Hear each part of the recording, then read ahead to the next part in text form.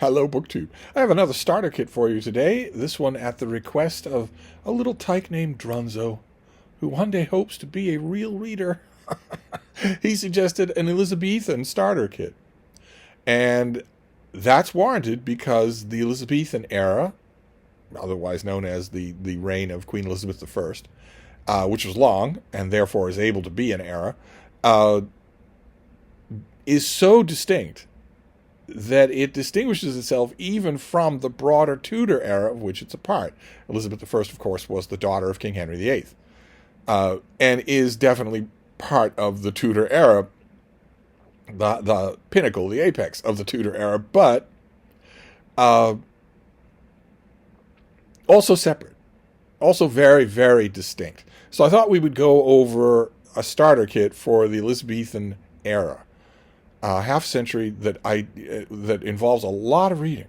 So this is another brutal starter kit. But first, you want to deal with a broad overview. It's always the good idea to do. You can do it in online Encyclopedia Britannica or on Wikipedia or wherever, but also in book form. Lacey Baldwin Smith did a book called The Elizabethan World that is very, very approachable. It is very good as a one-volume start to the whole thing. And this old cover, I don't know what this is reprinted a number of times, so I don't know what your copy would look like. But this cover has there's something important about this cover that we'll come back to. But this gives you the whole of the overview of the Elizabethan world. But, needless to say, the key point of the Elizabethan world is Queen Elizabeth I herself, who was brutal. She was a brutal, repressive monarch. This was not a free country. This was not a free era. This was a time when you could have your tongue pulled out for offending speech. You could have your hand cut off for offending writing. But nevertheless, Queen Elizabeth took a more tolerant view of a lot of things from early on in her reign than any previous monarch. Her famous comment about how she does not make windows to look into men's souls, the spirit of it applied not just to private professions of religion. It applied to a lot of things. It gave a mental license for the flourishing of an intellectual world. So she stands at the center of here. It's not like, for instance, the argument that can be made about the Victorian era, which is that Queen Victoria was incidental to it all. That is not, no matter what kind of argument you can make about that for the Victorian era, you can't make that about the Elizabethan era. So we look at a few biographies of her. One is by Mary Kay Luke. This is Gloriana, which was one of the many fawning names that Queen Elizabeth's courtiers gave to her. And it's older. I don't know if it's still in print, but it's tremendously readable. Mary Kay Luke wrote a couple of books on Elizabeth I era, tremendously readable. And that is sometimes what you want in a biography of the key figure of an era. If you're looking for something also tremendously readable, but maybe a little more scholarly, you can also do Elizabeth the Great by Elizabeth Jenkins. This is her coinage. Keep in mind, no one in Elizabeth's time called her Elizabeth the Great. She never styled herself that way, and history doesn't call her that. History is usually pretty stingy about who it accords that particular accolade to. Although there have been a couple of instances in history where people who were called the Great actually instituted that process themselves. So, Pompey the Great was calling himself the Great when he was still in his early 20s, and it just stuck.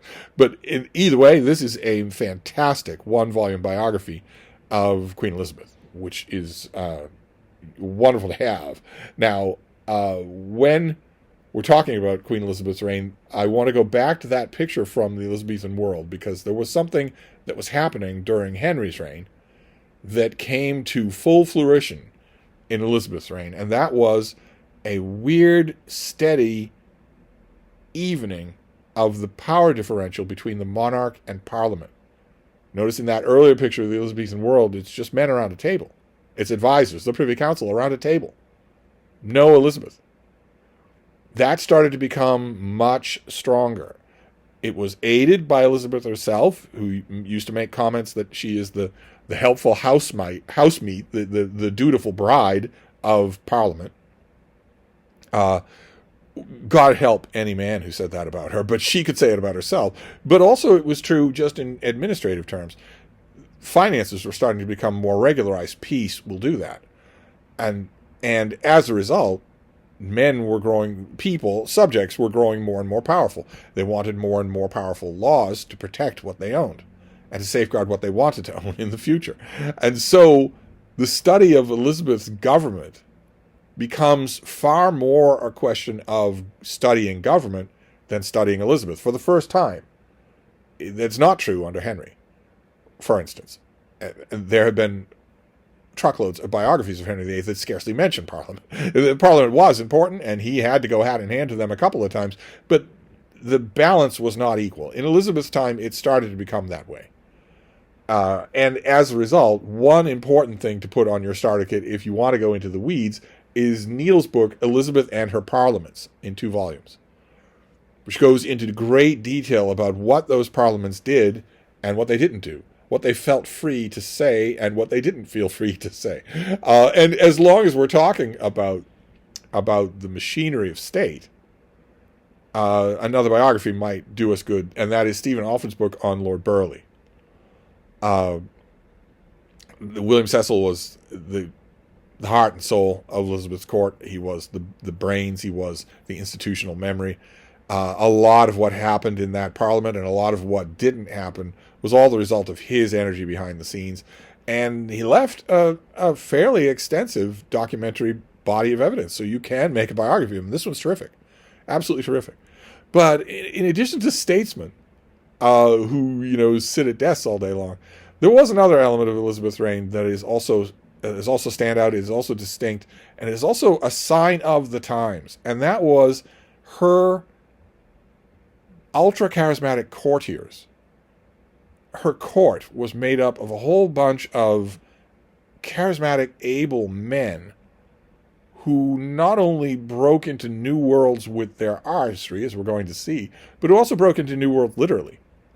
Explorers, warriors, her emissaries out into the broader world. And that broader world was getting much broader, much broader, under her reign. Which underscores an important thing about Renaissances. When you see the literature that we're going to be talking about for the Elizabethan period, I don't think it's any stretch to call it a Renaissance. And the thing about Renaissances is that they always happen as a result of contact with another world. Always. Whether it's Pericles in Athens coming in contact with the Persian Empire, the contact doesn't have to be good, but it adds something to the homogeneity. It stops things from being steady state. Or the Italian Renaissance coming into contact with the Muslim world. And in Elizabeth's case, in the Elizabethan era, the contact was with the parts of the world that were literally called the New World. All of a sudden, exploration was happening in vastly greater amounts. And most of it was born out of greed. The Spanish were bringing huge amounts of money back from the New World, and the English wanted not only a part of that money, but also spoils from it on the open sea. And so you have the proliferation of so-called Elizabethan sea dogs, but also explorers and gallants of all other kinds as well. And a lot has been written about them, and I want to single out one who really does epitomize the Elizabethan period. Good and bad, he really does bring to life all that is distinctive about this era, and that is Sir Walter Raleigh. So I want to show you 2 things when it comes to Walter Raleigh, and they will shift us from the world of fact to the world of fiction. So first we'll deal with fact, a biography by Margaret Irwin. This is That Great Lucifer. There have been many, many Walter Raleigh biographies. There was one just a few years ago that I reviewed for the Christian Science Monitor, but this is terrific in the grand old way. If you can find a copy, it really is worth reading. It is entertaining in just the way of Gloriana or Elizabeth the Great. And it might leave you wanting more of Walter Raleigh. It just might. So we will move from there to historical fiction. We'll move to historical fiction for a bit, and with historical fiction, there is a great novel about Sir Walter Raleigh. And it's George Garrett's book, Death of the Fox, which I have read That Great Lucifer many times. I've read this book even more times, and I can tell you beyond a shadow of a doubt, this book was more thoroughly researched than That Great Lucifer or any other Walter Raleigh biography that's ever been written. Just because it's a novel, that didn't have anything to do with how little it was researched. This is amazing. It's an amazing reading experience from an author I've recommended before.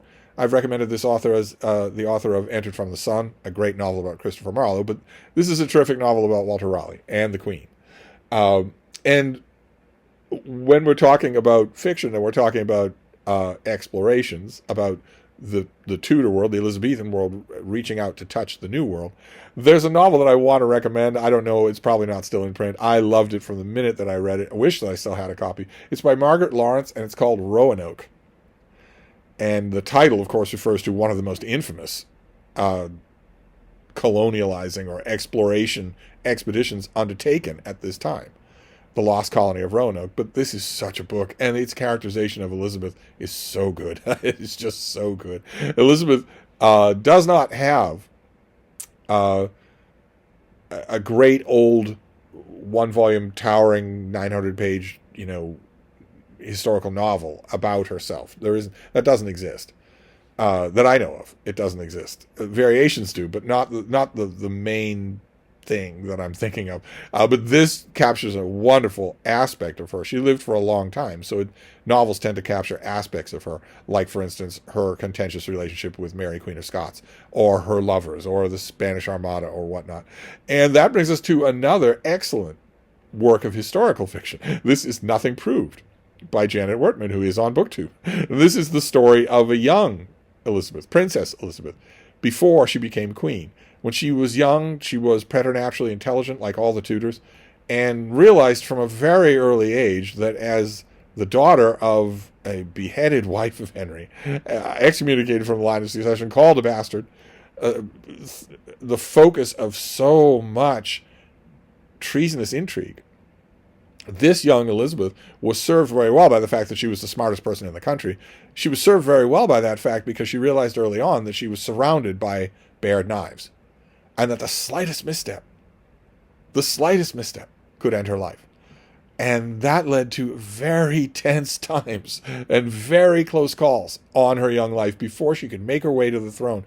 And that period of her Jesuitically parsing words and zealously guarding the paper trail of her own innocence has never been captured better than in this novel. You should go and buy it. Definitely go and get yourself a copy. It's only the beginning of a trilogy about Elizabeth, but it's a period that we tend to overlook. Mary Luke wrote a book about A Crown for Elizabeth about roughly the same period, where before Elizabeth became the towering chalk-faced Gloriana that we know. So that's some historical fiction for you to consider about the Elizabethan era. But then we come to the writings of the Elizabethan era itself, which exploded like a supernova in the literary landscape. There's huge amounts, and you have to read it all. That's your homework for this starter kit. So we'll start with Thomas Nash.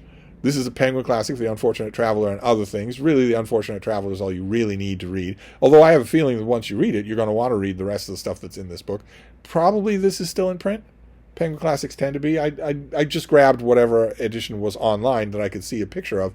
But you will want to go looking for these things in pretty much any version that you want. Like, for instance, this is the Oxford World Classics version of the major works of Francis Bacon.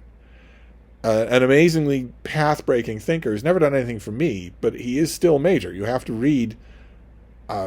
He wrote two big major works. They're both, I think, in this volume. The cover says that one of them is. But his essays are famous. You should be familiar with this guy. If you're starting to read a little of his stuff, for instance, in this book, and you don't like it, then at least you will have read the great introduction here. You could go back to the back of the book and read the great notes. Familiarize yourself with the appurtenances, maybe read a biography of Francis Bacon, but he should be known to you. And this was also a glorious era for translations. The Elizabethan era was a glorious era for almost every endeavor of the written work. And one of the greatest translations of all came from this time period, Florio's translation of Montaigne. And the New York Review of Books came out with a paperback selection from that. We do have the whole thing. Once Upon a Time was made in a 2-volume box set, 2 hardcovers, 2 thick hardcovers of all of Montaigne's essays in a glorious translation, just amazingly beautiful.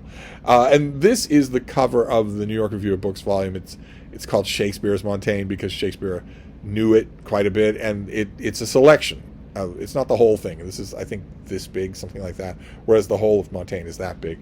You could also do It doesn't have to be Florio. Florio gives you the best of both worlds, but you could also just read Montaigne. You could read Penguin does a gigantic paperback of Montaigne. And speaking of gigantic paperbacks, there's also a work that epitomizes that court with a capital C that I was talking about and all of those bravos in it, in a way that I love. I dearly love it, but I have a feeling that it is lost to the modern sensibility. I doubt that it has any readers nowadays.